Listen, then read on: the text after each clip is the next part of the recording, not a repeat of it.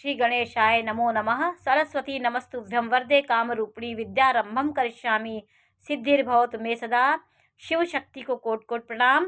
मेरे श्रोतागणों, मैंने आपको पंच महापुरुष की योग के बारे में जानकारी दी थी। आज मैं चार्ट के माध्यम से भी आपको हंस योग, मालव्य योग, रुचक योग, शश योग, इन सब योगों के बारे में मैं चार्ट के माध्यम से भी आपको बताऊंगी कि कर्क लग्न में बृहस्पति यदि केंद्र में हो, ये चारों केंद्रों में कहीं भी बृहस्पति हो तो और उच्च का हो, जैसे कर्क लग्न में बृहस्पति उच्च का हो जाता है तो ये कर्क लग्न की कुंडली है, इसमें बृहस्पति उच्च का है। तो ये हंस नामक महापुरुष योग का निर्माण हुआ और इसमें इसी कर्क लग्न की कुंडली में शश योग का भी निर्माण होता है। तुला राशि में शनि उच्च का होता है और मकर राशि में भी स्वराशि का होता है। तो इसमें कर्क लग्न में एक शश योग भी बनता है और मंगल से रुचक योग का भी निर्माण होता है। तो ये अपनी मूल त्रिकोण राशि में होनी चाहिए, उच्च के स्वराशि में हो तो ये योग का निर्माण बनता है।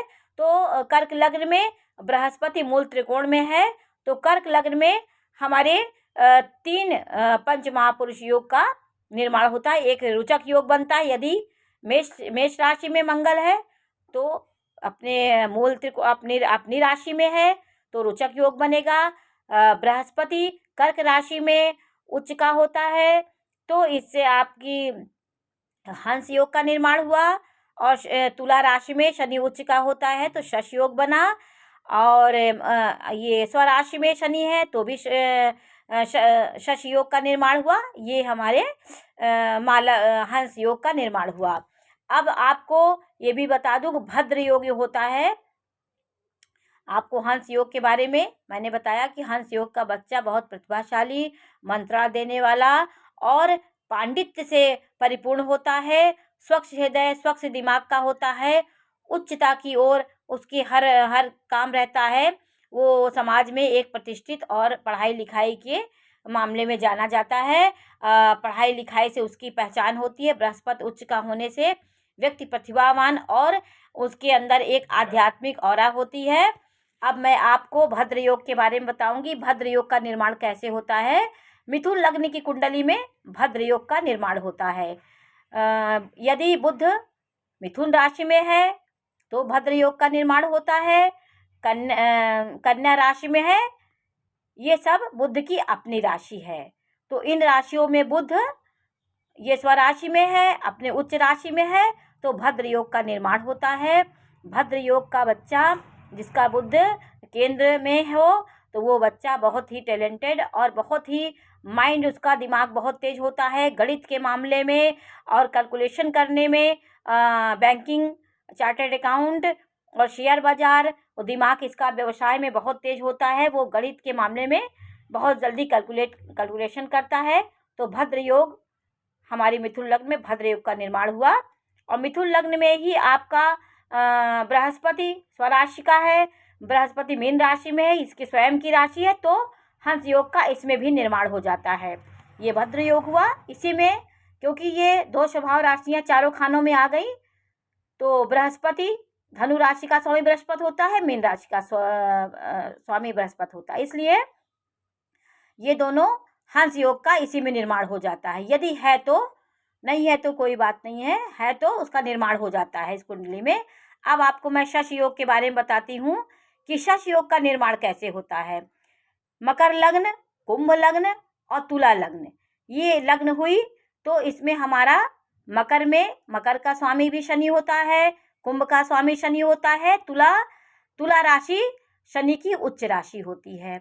तो मकर लग्न में शनि देखिए केंद्र में है तो यहाँ शश योग का निर्माण होता है। यदि दसम भाव में 7वें नंबर पे है, दसम भाव में तुला राशि में शनि है तो भी शश योग का निर्माण होता है।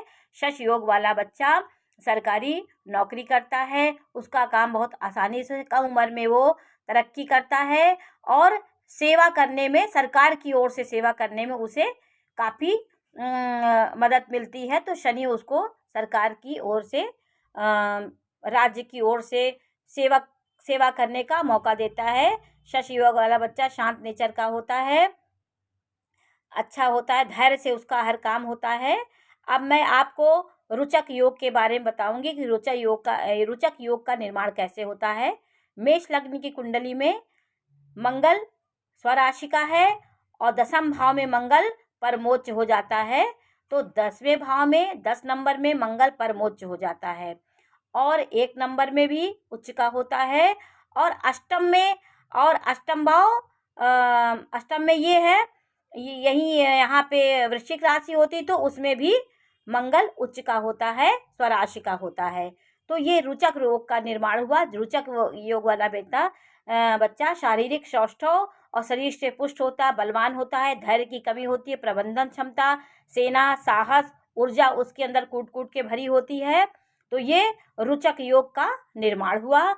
अब मैं आपको अब आपको मालव योग के बारे में जानकारी दूंगी। मालव योग का निर्माण कैसे होता है। यदि आपकी मीन लग्न है, मीन लग्न में शुक्र केंद्र में आपके उसी भाव में शुक्र बैठा हो तो आपका मालव योग का निर्माण होता है। मालव योग वाला बच्चा जातक भूमि भवन वाहन सुख भोगता है, उसका शुक्र उच्च का है, इसलिए वो रहन सहन उसका आकर्षण होता है, आकर्षण व्यक्तित्व होता है। शुक्र उसको सुख सुविधाओं का देता है, वो धन धान से भरा होता है। मालव योग वाले लक्ष्मीवान होते हैं। अब मैं आपको सिंह लग्न के माध्यम से भी मालव योग बनता है, उसके बारे में भी जानकारी दूंगी कि शुक्र जो है 2 राशि शुक्र की राशि, वृषभ राशि शुक्र की स्वयं की राशि होती, तो इसका स्वामी शुक्र होता है, इसलिए इसमें भी वो एक मालव योग का निर्माण होता है। तो और बुध आदित्य योग आपको हमने बताया, बुध और सूर्य कहीं भी एक साथ बैठे हों, केंद्र में हो तो बुध आदित्य योग का निर्माण होता है। तो आज मैंने आपको हंस योग, भद्र योग, शश योग, मालव योग और रुचक योग के बारे में जानकारी दी। तो आप इसके माध्यम से ये भी आपको मैंने बताया कि किसमें बुध स्वराशि का होता है। कन्या राशि बुध की राशि होती है और मिथुन राशि वो भद्र योग, बच्चा बहुत शालीन संस्कारित सभ्य होता है। और शश योग, हंस योग आपको मैंने बताया, हंस योग का निर्माण उच्च का बृहस्पति, कर्क राशि में उच्च का बृहस्पति होता है, कर्क राशि में बनता है। और धनु राशि में भी हंस योग का निर्माण होता है। धनु राशि में हंस योग का निर्माण होता है। और जैसे ये है मालव योग, आपका मालव योग शुक्र यदि उच्च का है तो मालव योग का निर्माण होता है। 2 में है, 7 में है, तुला राशि में है और 2 राशि में वो भी स्वयं की राशि है, तो शुक्र मालव योग का निर्माण होता है। तो आज मैंने पंच महापुरुष योग के बारे में आपको जानकारी दी। नमस्कार।